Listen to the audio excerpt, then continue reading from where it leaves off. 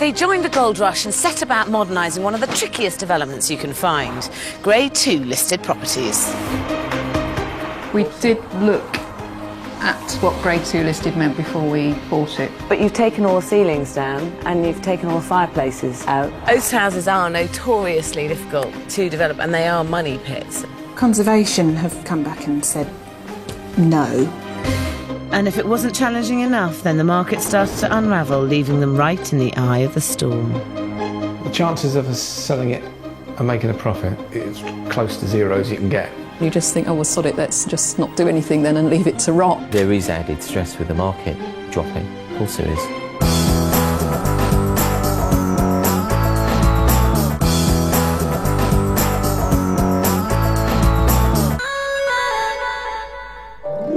It's November 2007. In Bristol, the property market has already stalled, just as psychologists Paul Clayton and wife Karen, a telecoms manager, buy this 5-bedroom period property. It's their first ever development, and they're planning to make a profit by turning it into a luxury family home.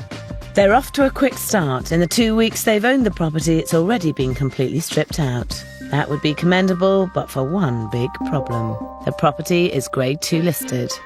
Did you know much about Grade 2 listed houses when you bought it? We did look at what Grade 2 listed meant before we bought it. And what do you understand that to mean? But we can replumb, rewire, and we can do it and repair, and we can do anything that doesn't actually change the physical nature of the building. But you've taken all the ceilings down and you've taken all the fireplaces out. The architect had put together a spec which said remove fireplaces. Now, we hadn't agreed or signed off that spec. He gave that to the builders team, and of course they worked through the spec and removed fireplaces because it was on the list. I think there could be a tricky conversation with the listings officer. Altering the fabric of a listed building without consent is a criminal act. Paul and Karen could get a large fine and be forced to reinstate everything they've touched.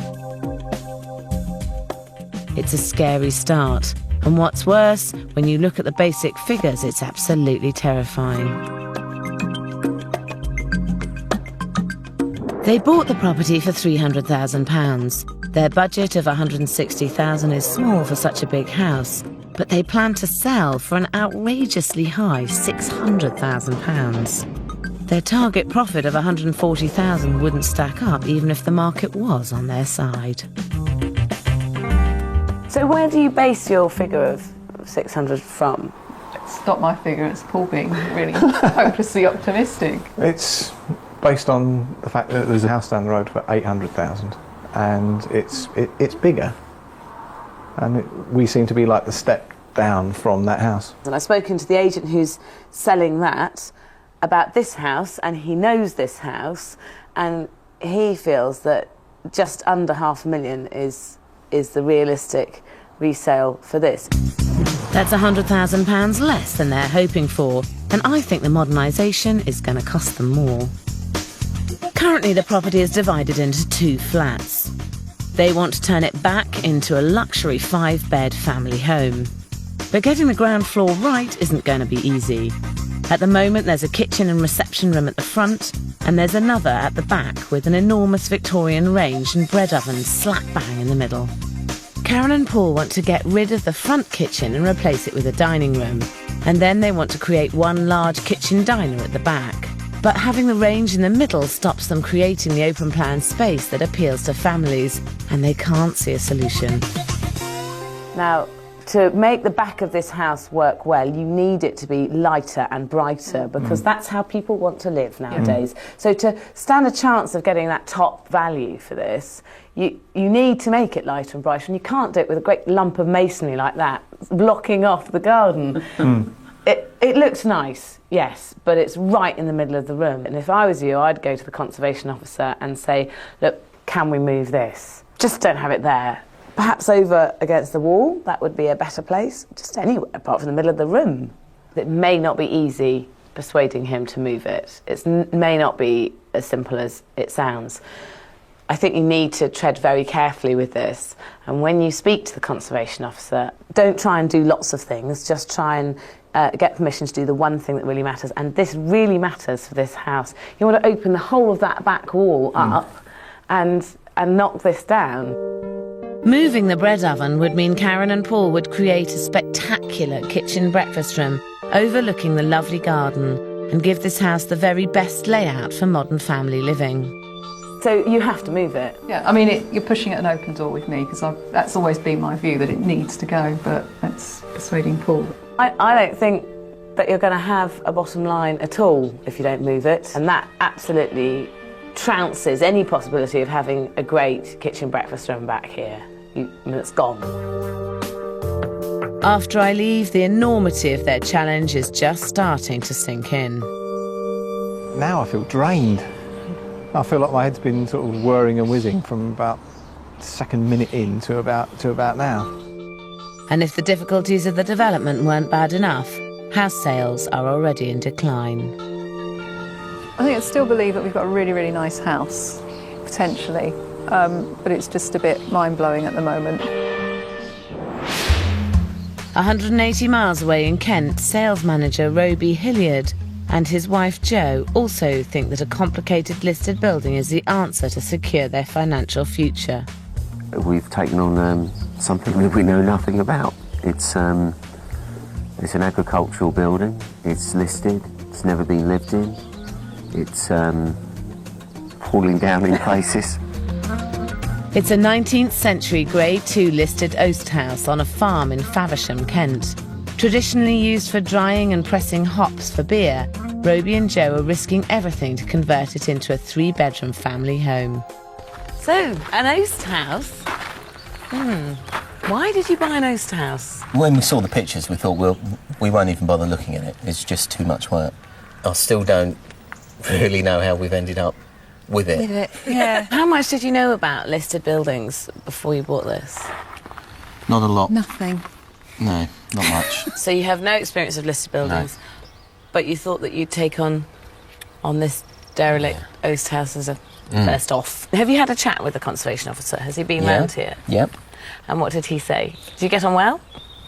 He's as they all are. He's very keen to maintain, the fabric of the building, and so are we. That's why we're in this. It's a gorgeous building, but we can see that there's going to have to be some compromises on both parts, because there are some basic things that we feel are necessary for this to be a home. So not only have you got a Grade 2 listed building, you've got a Grade 2 listed building that wasn't designed to be lived in anyway, and you're converting it into a house. And you've never done anything like this before. We've never done anything like this before. Brilliant. And it's also... Isn't it? This should be fun. Robey and Jo bought this derelict Oast House for £225,000. They're hoping not to spend more than £150,000 renovating it and sell it for £450,000, making them a £75,000 profit. Their renovation costs are totally unrealistic, and I think Robey and Jo have totally underestimated the challenge ahead. Oast houses are notoriously difficult to develop, and they are money pits. Many would call this derelict rather than unmodernised and very difficult to convert. How do you feel? Are you... Now you tell us.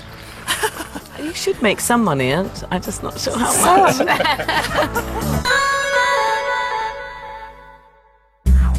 It's September 2007 and the word subprime has entered our vocabulary. UK banks are jittery and quietly withdrawing their riskier mortgage products. The true extent of Britain's toxic debt is still to be revealed, and like most people, Robey and Jo Hillard have no idea how much trouble is coming. Their dream is simple: to convert a derelict 19th century Oast House into a 3-bedroom family home with a tidy profit. Goodness, look at this. This is fantastic. So this would have been where all the hops were laid out, up on the floor above. That's right, yeah. And then the oven would have been lit in here, and then it would have... Somewhere around here an oven would have been lit. So it's basically like a massive oven in here, isn't it, really? That's right, yeah. It might be full of charm and character, but turning this Grade 2 listed Oast House into a modern family home is going to be very difficult. And I think Robey and Jo's plans are way off the mark. On the ground floor, Robey and Jo are putting their sitting room in the dark base of the drying tower. leading through to an equally pokey dining room, kitchen diner and a downstairs WC. To increase light down here, upstairs they're planning a galleried landing, and then the master bedroom will go in the drying tower with ensuite. 2 further bedrooms and a bathroom are to be squeezed awkwardly around the hot press. And what did the conservation officer say about moving it? Basically, it's a no-go area. It was a very tentative conversation, but you could tell from his reaction that this is fundamentally part of the fabric of the building that they won't want to see go. Is there anything else that you're kind of head-to-head on at the moment? He's raised concerns about the galleried landing. Because you'd have to cut the joists back and that would disturb the fabric of the building? Yeah, that's it. I've got an idea that completely turns all your ideas on their head. It also has the great advantage of the fact that you don't have to fight the conservation officer for anything. Upstairs in the main barn, I think Robey and Jo should lose the troublesome galleried landing, the family bathroom and 2 of the bedrooms, and instead make use of this great space as a living area. The hot press would then become a central feature in what will effectively be an upside-down house. It's certainly different to what we were planning to do, so that will take a little bit of thinking about. But you could keep this press and have it within a spectacular sitting room here. And I love the idea of being able to use this space and really appreciate the building that you're in whilst you're living in it, as opposed to having the bedrooms up here where you're sleeping most of the time and you're not seeing the building. Downstairs, Robey and Jo could still have 2 good-sized bedrooms, a bathroom and a snug in the main part of the barn.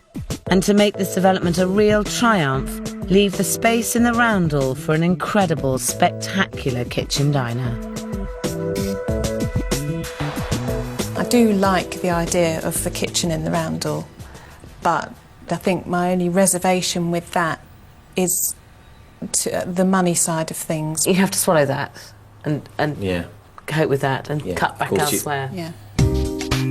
In this difficult development, in a tricky market, there's no room for error. The layout has to be spot on to stand a chance of getting any return, but I don't think Robey and Jo quite see that yet. But I'm still not sure about the bedrooms being downstairs. The major concern will be getting light in there. I'm not sure it's going to work. 5 hours away in Bristol, Karen and Paul Clayton also have problems with their Grade 2 listed Georgian property. They want to make a profit by turning it into a modern family home, but success hangs on getting permission to remove an old bread oven. But they'll all be driven by what the conservation guy says. Yeah. If he says we can move it, then that'd be great. I mean, I'm going to be heartbroken if he says I can't. Yeah, I think I will be too now. Because I've bought into the vision. They now have to convince conservation officers it's a good idea. But Karen and Paul have already carried out lots of work without permission, which doesn't exactly put them in the strongest bargaining position.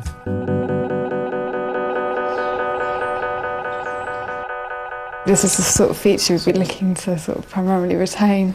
So what we're saying is the likelihood of moving this is negligible, if almost bordering on a no. You wouldn't. In terms of this, if this were just an application in its own right, to move this or take it away from the site, we'd be looking to refuse this element of the scheme. That sounds like a definite no then. That does sound like a no to me. Very polite no. The first rule of developing a listed building is having an early and open dialogue with conservation.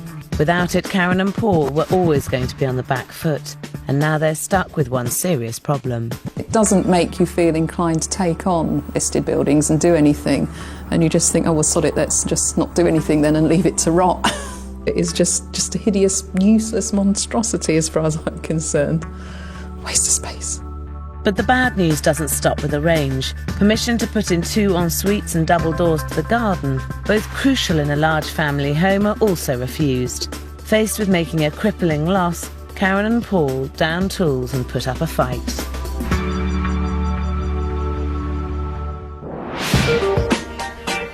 Back in Faversham, Jo and Robey still haven't finalised their plans on their listed building, but at least some of the groundwork can start. It's the first day of the build. We've waited a long, long time to get to this stage, and it's really, really exciting to see it all starting to take shape.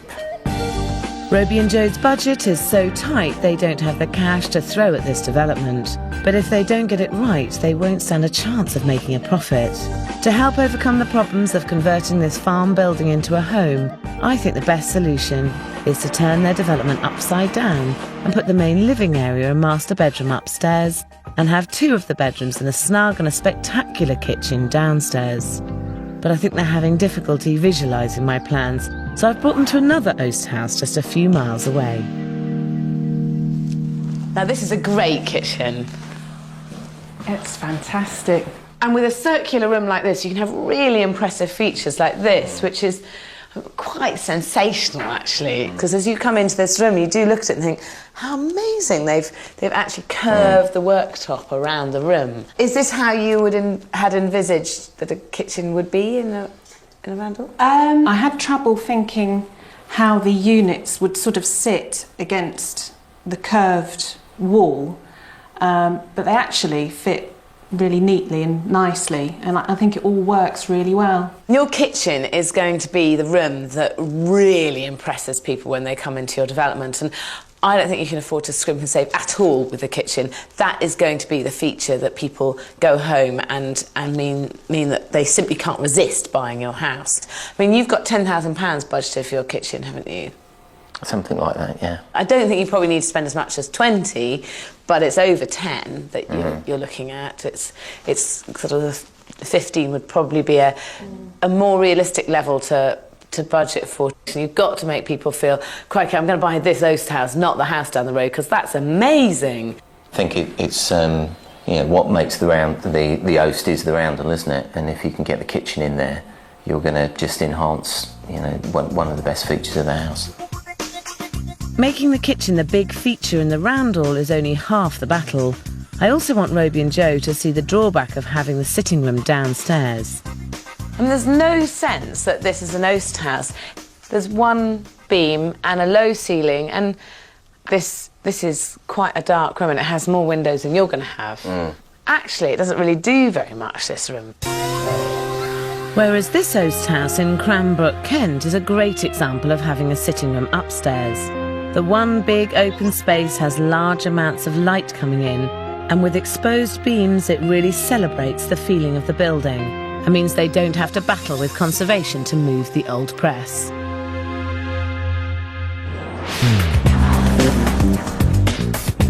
Back in Bristol, Karen and Paul have given up on moving the bread oven, but are still fighting conservation to get permission to put in double doors at the back and 2 en suites. It turns into one huge negotiation, and weeks turn into months. It's frustrating having to stop.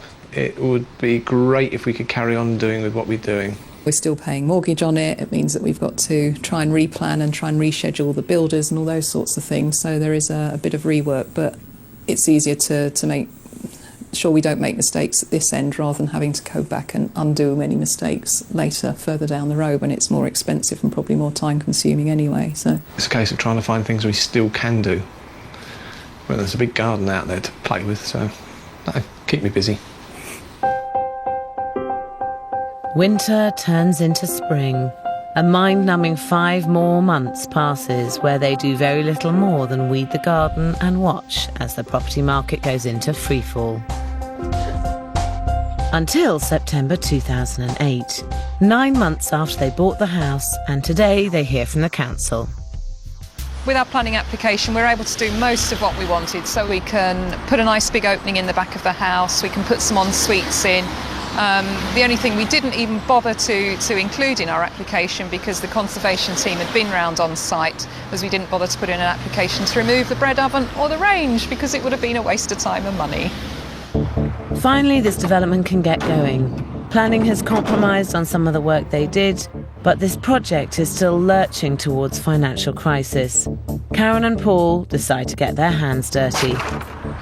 We're doing a lot of the ripping out and any unskilled stuff because it saves costs. Oh! It's an admirable effort, but after 9 months of mortgage payments in a viciously falling market, I'm not sure it's going to be enough to save this development. bought this for £300,000 and your budget was £160,000, so you would have been in at £460,000.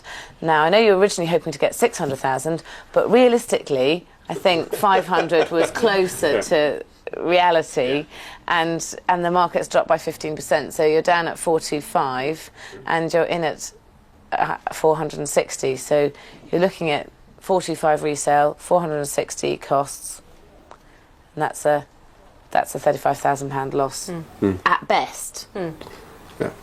Which is a grey situation for this. I mean, in terms of a business deal, it's not a great one, is it? Not in the short term, no. No. It's not a great short-term deal, but I'm not prepared. I don't want to sell it at a loss. 5 hours away in Faversham and the falling market has already hit Jo and Robey's bottom line. And there's more bad news for the profit margin. The full underpinning, courtesy of the council, is going to cost us £25,000. Sliced into the profit, obviously the contingency's gone completely, and we've got the small matter of trying to find the money as well. Robey and Jo thought they'd get away with spending £6,000 on a touch of underpinning here and there. And then 2 days later, they hear back from the Conservation Department about the galleried landing. Conservation have come back and said no, and that's really going to spoil what we want to do. So what do we do now then? We're not asking for anything radical. No. If we were asking for something radical and it had been turned down, then you can understand it. But we need to find out how we go about appealing against it. Robey and Jo's schedule has already slipped. Their budget has started to rocket, and the market's only going in one direction. This is not the time to start battling with conservation. To appeal a decision by a local conservation officer is a very, very lengthy, time-consuming process, which is going to cost you, a lot of time and a lot of money as well. We don't feel that they're being fair. How's your budget at the moment? Money's tight. Where is it now? Because you were hoping to spend 150,000. Right? Yeah, the budget's 180,000. It's gone up by 30,000 already.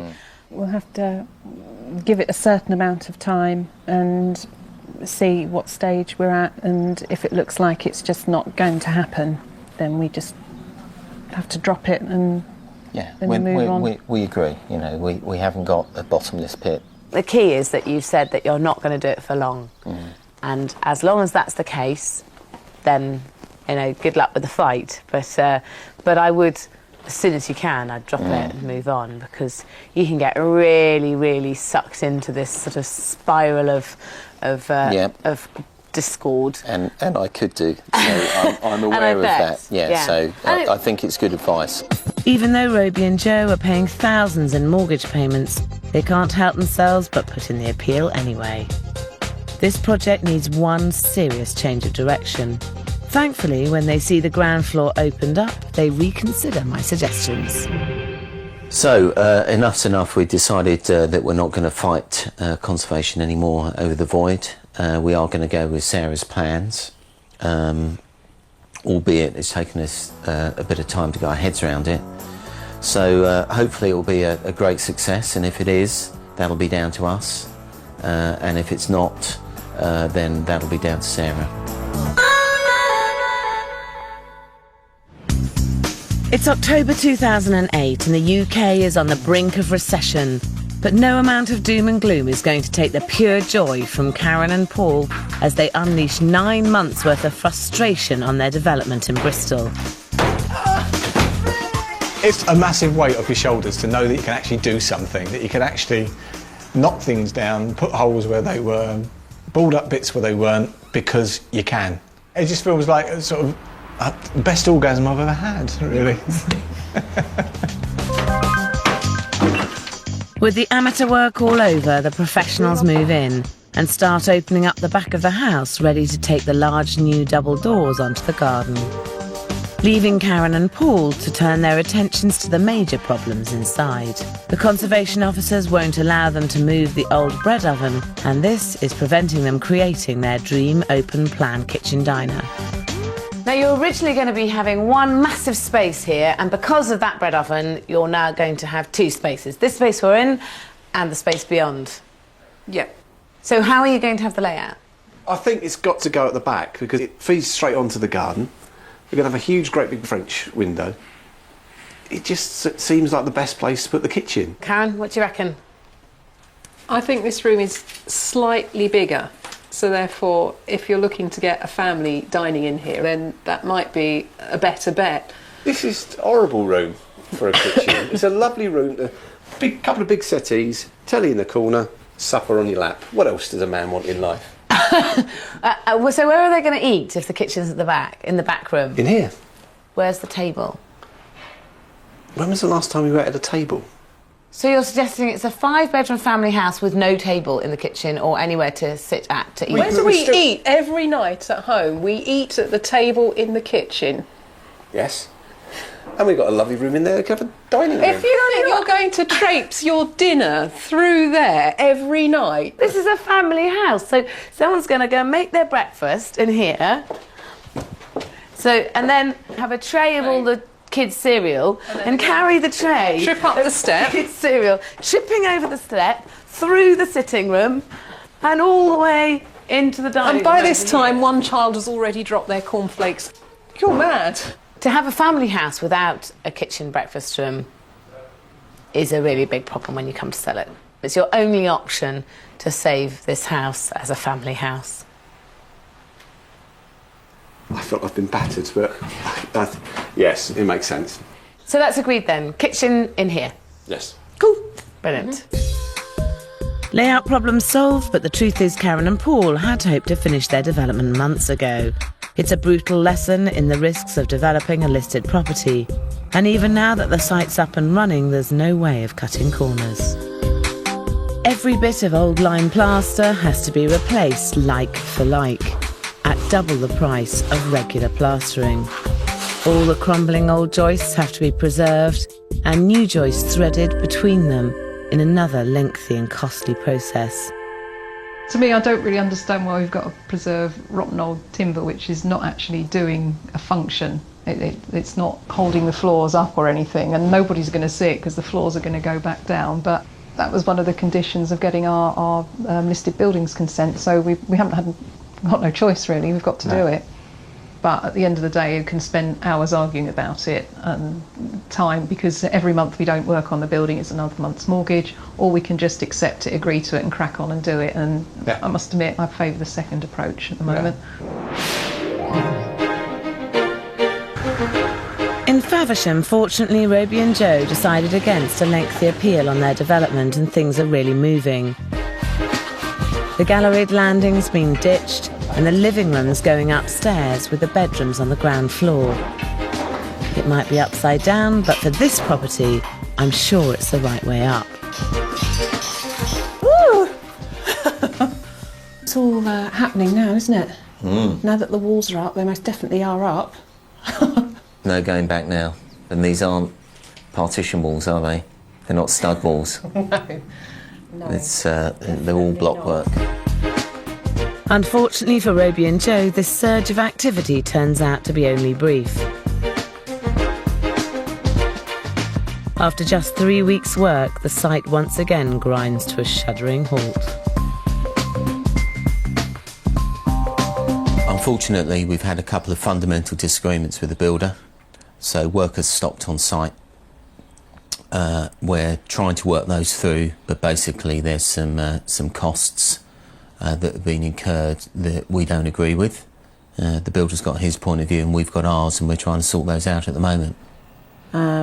So that leaves us once again with nobody on site, another delay, which we just don't need. So it's all a bit tricky at the moment, and just got to try and see our way forward. The site stands still for 8 weeks while mortgage payments and an increasingly difficult property market sucks at least £15,000 more out of the project. It's turning into a horrible roller coaster ride of a development. Somehow, Robey and Jo need to get it on the straight and narrow. It must be very stressful for you both, is it? Yeah, very stressful and frustrating. And just want to get on with it and finish it. You kind of have to make a decision. You have to take control of the situation and make a decision as to how to move forward from this point. And you are left with three options. One is that you sort out the dispute with him and continue with them, but that depends whether your relationship's broken down too far. The next is that you find a new contractor, but it's going to be hard to find a new main contractor when you're halfway through a job. And the third is that you take it on yourselves and you run it yourselves and you do it on subcontractors. So you run it on a daily basis, which is a big job, and you work full time. You don't have any time that you can put to running this project. Are you able to run it, do you think, Jo? Putting it like that sounds pretty scary to me. You know, Jo's already doing a fair amount of work behind the scenes. I think full-blown project management is probably not an option for either of us. The best option here, if you possibly could, would be to continue with the contractor that you have, if you can repair the relationship. But 3 weeks later, the site is still sat empty. Yeah, after speaking with Sarah, obviously reconciliation would have been the best route to enable us to go forward. But we haven't been able to do that. So here we are again with nobody here. It's 18 months into Karen and Paul's development and the build is well underway. But the lack of parking outside the house and the busy road is causing havoc for the tradesmen. And that's a real worry. Hi, where should I park? Yeah, just pop it up there, that'll be fine. Okay, cool. Having a parking lottery every time you drive home is going to be a big turn-off for the potential buyers of this family house.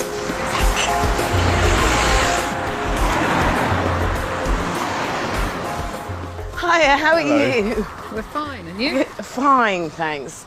Goodness, that is a nightmare, that road. I mean, today I had 8 bags of shopping, but if you had a couple of kids and a whole load of shopping, it would be quite a nightmare lugging it in and out of the house across the road. And there's a busy road as well as having bad parking, so it's a kind of double whammy, really. Isn't it? It's not brilliant for parking, but that's compensated. We have got a very large garden at the back, which is an attraction to people with families, so it swings and roundabouts. You're going to be facing a downturn in its value because of the parking.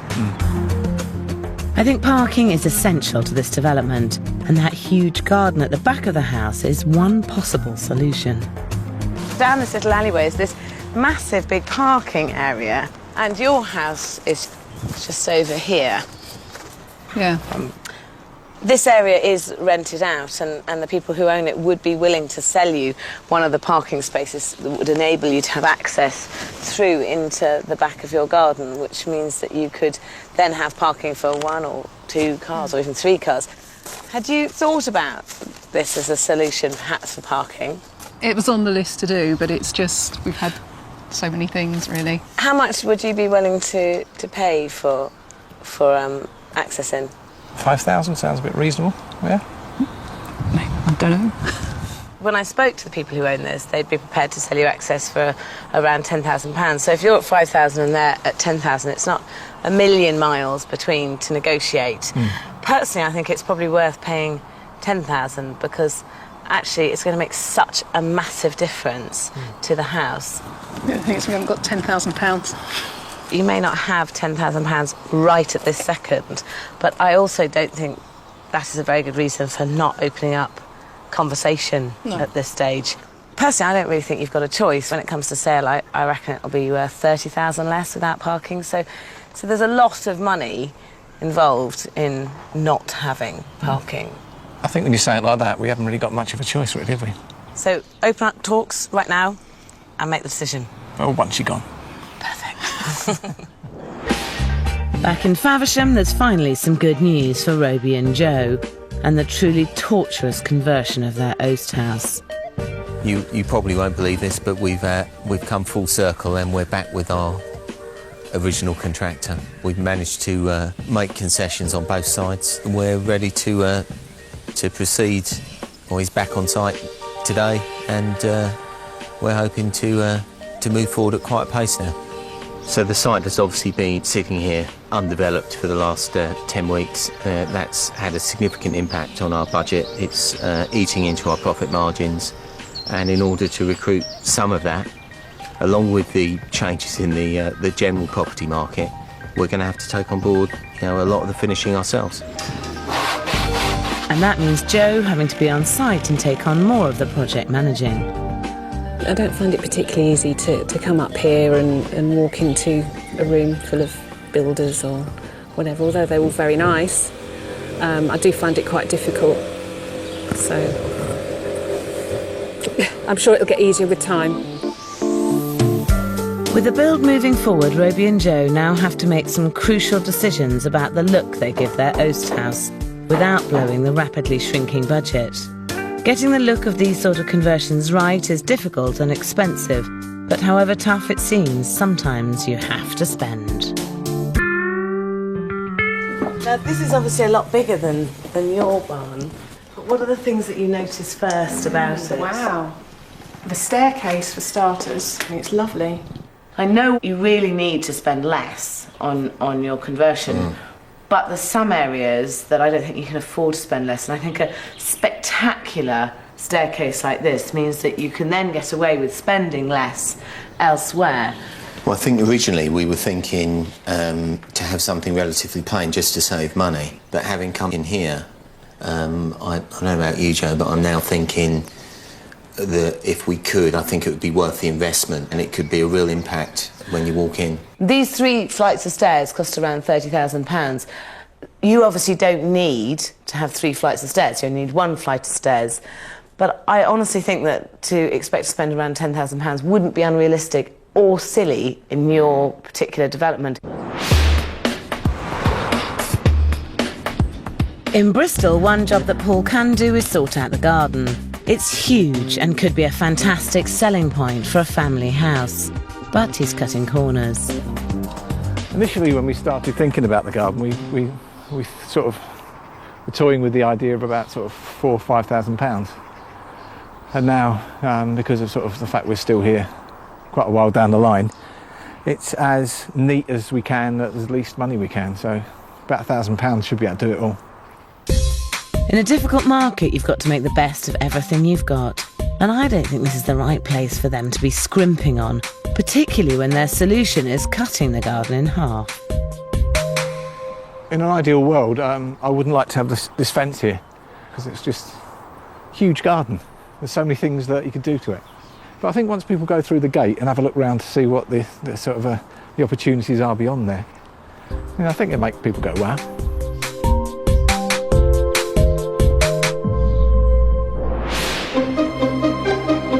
It's been an epic 18 months since Jo and Robey started their conversion of a derelict Oast House in Faversham in Kent. The property market is unrecognisable. Interest rates may have fallen spectacularly, but mortgage approvals are still at record lows. In Kent, the number of actual houses selling is down a staggering 67%. Will they have anything to salvage? Yeah, there is added stress with the market dropping. Of course there is. But I suppose all the while I believe that I'm still coming out the right side of it, it makes it manageable.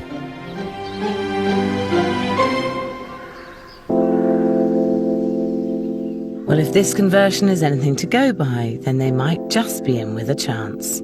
The once derelict farm buildings are now a spectacular 3-bedroomed family home.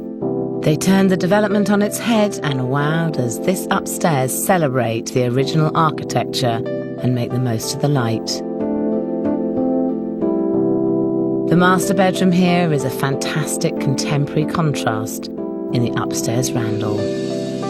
The 2 further bedrooms work perfectly, but the real showstopper is the kitchen in the old Randall. But all this has taken its toll on the budget. We'd allowed contingency and a fair bit of it, but we didn't imagine it was going to suck quite as much money out of us as it did. When we bought the property, the market was fairly steady. Obviously, with the market crashing around us and us investing pretty much our life savings into it, we were no longer certain whether we were going to be able to make any money. Robey and Jo had originally hoped to spend £150,000 on their development, but this has now leapt to £225,000. They need to get £375,000 just to break even.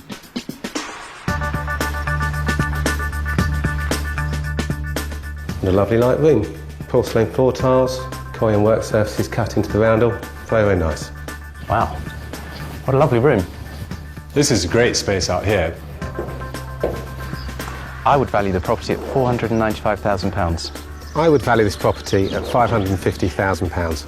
I would value this property at £550,000. If they do get the average, that would make an £81,000 profit, which successfully bucks the trend of this market. But has it given them the bug to take on another one? We've learnt so much through this project. It would be a real shame not to make use of that and to do it again. I think that Jo will probably need a few months, maybe years, to recover from this one before she did it again. I'd do it tomorrow. Meanwhile, in Bristol, Karen and Paul are having to face up to the fact their development might not be the gold mine they'd hoped for. When we started the development, we wanted to finish it off, sell it, and then hopefully make a profit. But I guess given what's happened with property markets, The chances of us selling it and making a profit, unless someone passionately falls in love with it, it's close to zero as you can get.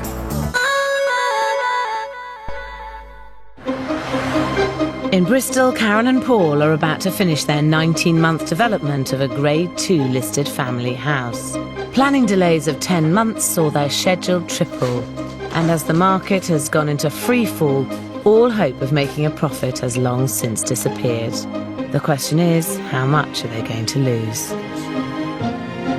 we just want to get it over and done with. We're fed up thinking about it, fed up talking about it, and we sort of have a rule at the supper table that we only talk about it for, I don't know, 5 minutes, and then we say, right, no more, we're not going to talk about it or think about it anymore, because otherwise it just saps you and drains you. Finally, in June 2009, Paul and Karen finished the transformation of their once tired and outdated property. The front is a triumph, although they didn't really make the most of the back.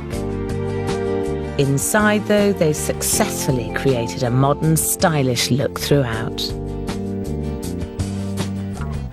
Paul and Karen's biggest problem was the old bread oven that couldn't be moved.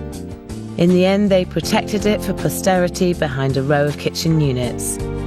It may have scuppered their plans to have one large open-planned kitchen diner, but the arrangement of the kitchen in the larger room and a snug leading onto the garden works really well.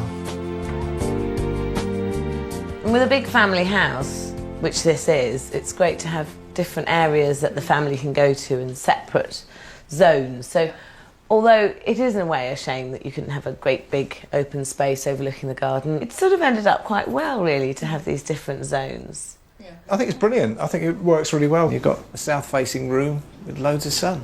It'd be fantastic. But the bottom line with a development is profit. And with a conservation delay, what does this refurbishment cost them? You bought it at 300,000 and you were going to spend 160. What did you end up spending? 150.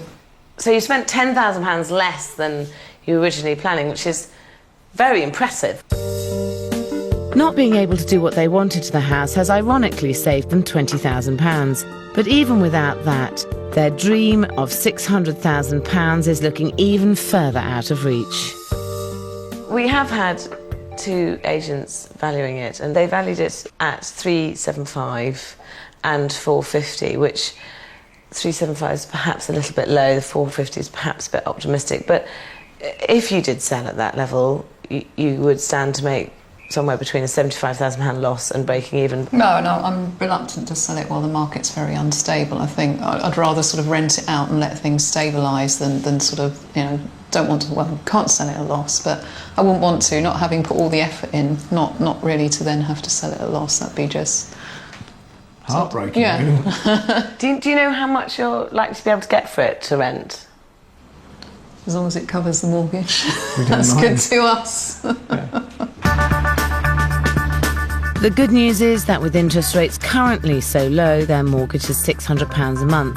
So what kind of rental income could they get?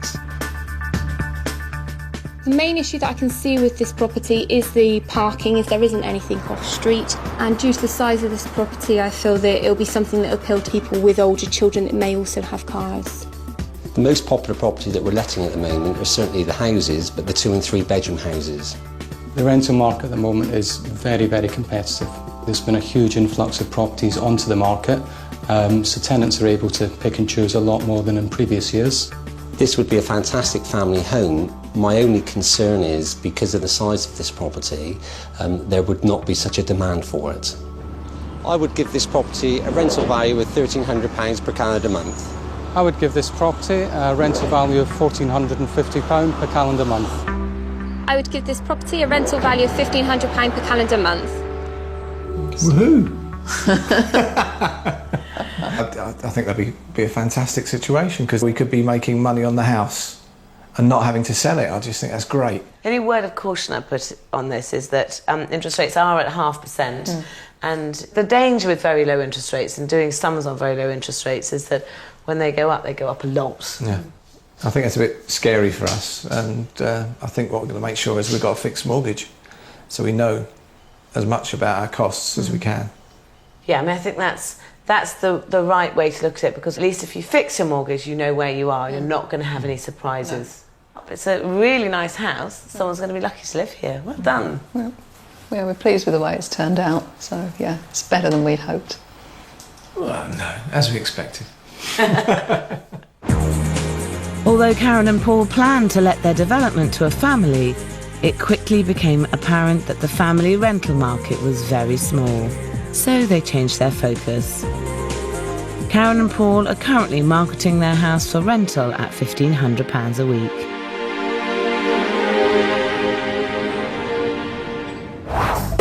Next week, a special edition, the rules on how not to lose everything in a falling market. Plus 2 amateur developers. Go on, Dan, put your back in it. Set out to make a killing on an ex-industrial unit. This is great.